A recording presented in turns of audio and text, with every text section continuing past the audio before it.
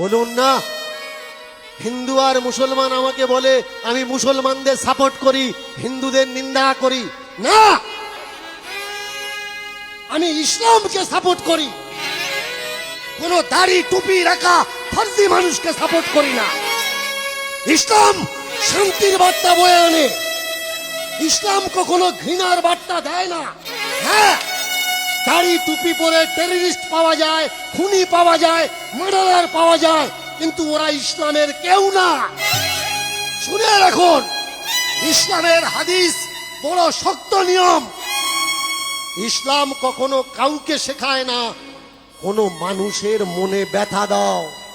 তবে শুনে রাখবেন, দাড়ি টুপি রাখলেই যে তারা মুসলমান না, ও কটা মোল্লা, ও কটা মুসলমান নয়। রোজা করছো, নামাজ পড়ছো, তুমি মোল্লা হতে পারো, মুসলমান নয়।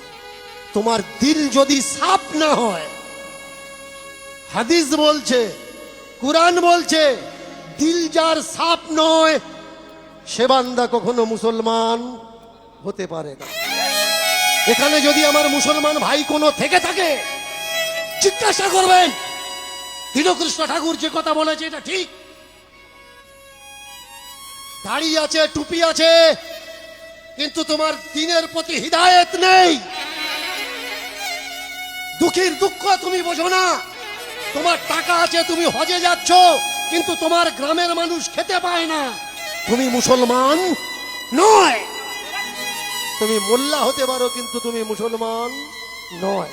দোকানদারি করছো, পাল্লা বাটকারায় কম দিচ্ছ, তুমি মুসলমান নয়।